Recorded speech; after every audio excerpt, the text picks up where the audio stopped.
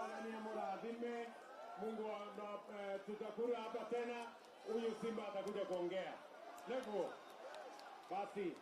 Na huyu mama ameniambia anataka tujenge kanisa ya Kangemi hapa chini. PCA. Nitapanga. Wewe mheshimiwa, panga mambo ya hiyo Kangemi. Tutaleta maneno ya Kangemi. Asanteni sana jameni. Tunawapenda sana. Mungu ni mwadilifu.